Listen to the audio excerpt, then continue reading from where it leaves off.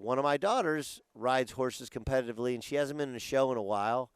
Going to be gone for this whole week. So I thought, I'll sneak in. I'll surprise her. I'll see her show. So she rode, and she rode beautifully. And she's walking back with her friend, and by then I had gotten, and my mother was actually sitting next to me. I was like, is this thing real? We had gotten texts from friends, and we're looking on social media. So I saw my daughter break into tears, and I walk over to her, and I said, I call her Booger. I said, hey, Booger, what's wrong? You did great. She's like, she said, my friend died in a helicopter crash. And, it's your little girl. She's 13 years old. And I don't know how you are with your kids, but my soul, and it's impossible to do, my soul charge as a dad has always been like, how can I minimize or even eliminate the anguish of adulthood for my kids? Right? They shouldn't have to worry about money. They should learn the value of money, but they shouldn't have to worry about heartache and pain and death. It's one thing to die. My father died when they were little, but he was 73 years old. It's a long life. Could have been longer, sure, but it's a long life. 3 girls are 13 years old. And then, Vanessa Bryant, she's at home. She's got 2 little ones and an older one, and lost her husband and Gianna.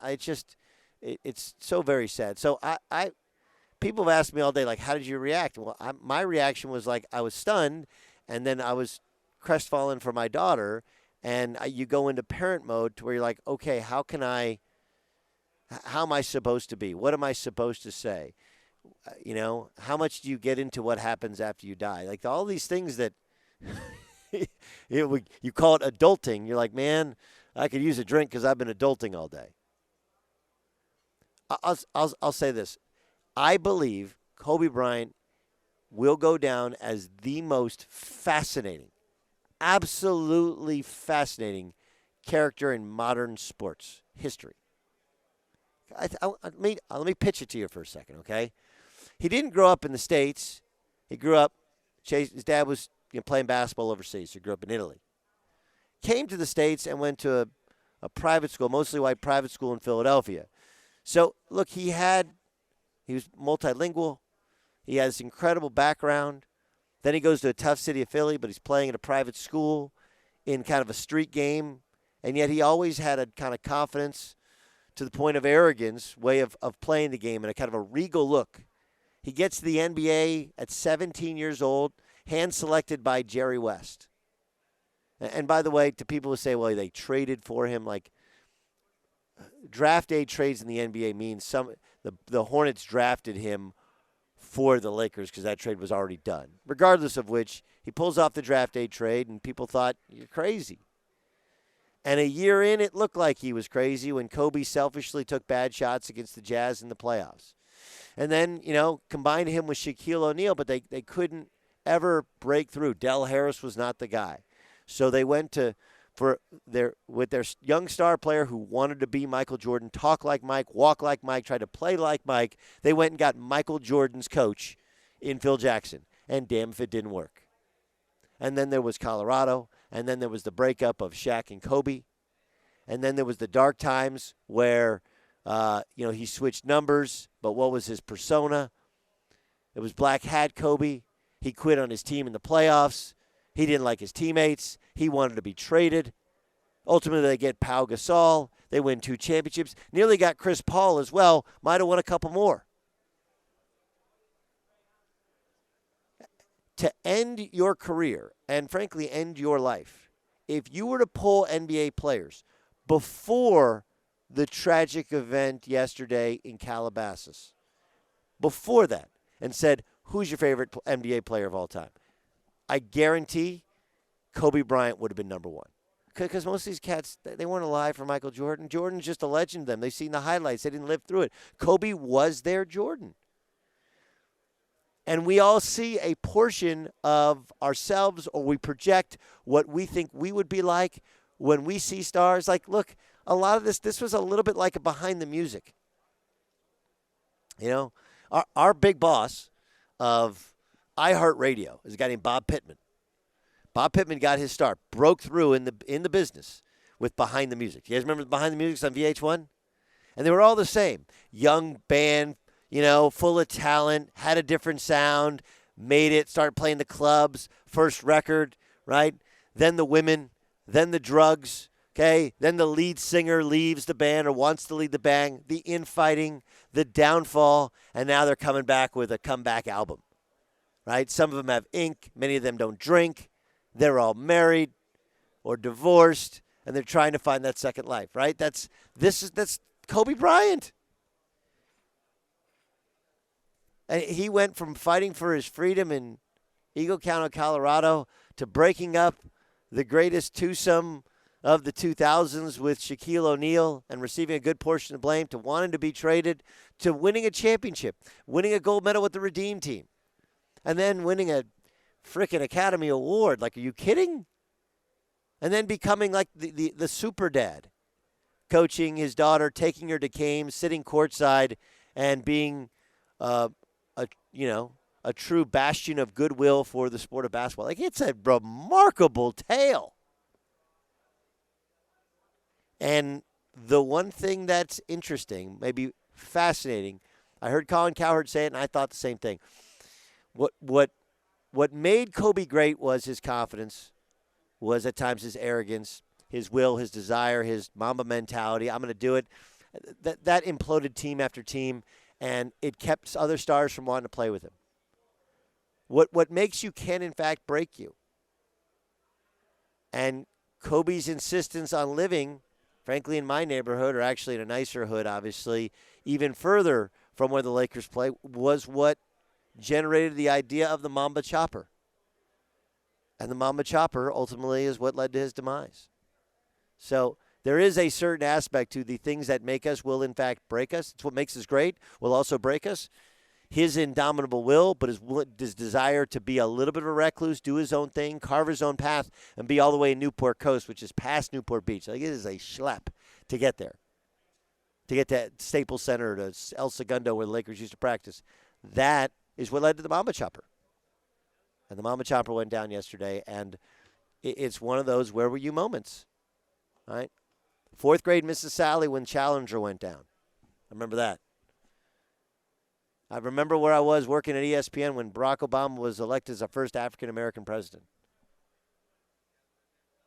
And I remember I was in San Juan Capistrano at Blue Ridge Barn at a horse show when Kobe Bryant, who had become a friend of mine, died at the age of 41 along with 8 other people, including his lovely young daughter, Gianna. Just a sad day. Sad day. I have a hypothesis on Kobe Bryant and why he's become so wildly popular even before he passed away yesterday. Okay. So, what was our president's mantra when he ran for president the first time, right? Make America great again. It was the virtues of America. We got to get back to our core of what makes us. Okay. So, look, I think that especially within the NBA and maybe within fans, like, we like slightly selfish dudes. We just do. We just do. The European influence to the NBA has brought us a prettier game, a lot of passing, movement, the Euro step, but also flopping, right? And who strikes you as a guy that didn't flop? Kobe Bryant. Kobe Bryant didn't flop. He didn't flinch when Matt Barnes acted like he was going to throw the ball at him. Didn't flinch. He was a sheer force of will guy. And there's a little bit of that nostalgia in how he operated that I think is embraced by people. It's the old hey, what's the mantra for the Baltimore Ravens? Nobody cares, work harder. That was Kobe Bryant. He believed in himself to a point of confidence, not even bordering, it was arrogance, but he put in the hard work in order to be able to make it happen.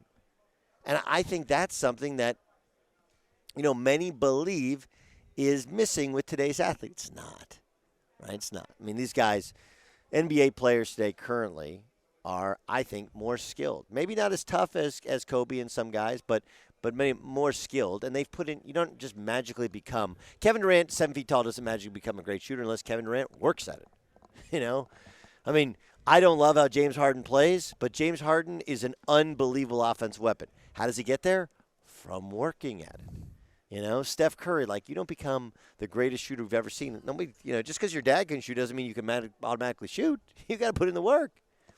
But there is something to creating an image of a guy who will outwork you, who will out-tough you, who will outbelieve you. That's kind of an American ideal. That's who we are. We think of ourselves as the best, just like Kobe thought of himself as the best. And we'll prove it to you. And was a penny saved is a penny earned, and we're going to work for every penny that we have. And I think there's a certain kind of Americanism to how Kobe played, and we kind of like it. We're like, yeah, it wasn't always pretty. He didn't always take the right shot, but he always thought he was awesome, and we think we're awesome. I kind of feel like that's one of the reasons he's so well respected, because Kobe wasn't always this well. He was not well liked by his peers. I think he's always respected by his peers. They always thought that dude's a bucket. He can really go. But I don't think he was liked by his peers for a long time until late in his career, and there were guys that just watched him get buckets that hadn't dealt with him that, were just in awe of him. I mean, the Kobe Bryant tale is nothing short of like a mini-series. From being drafted at high school, son of a pro, but his dad, Jelly Bean Joe, was not seen as a guy who got everything out of his own potential, which is the opposite of Kobe.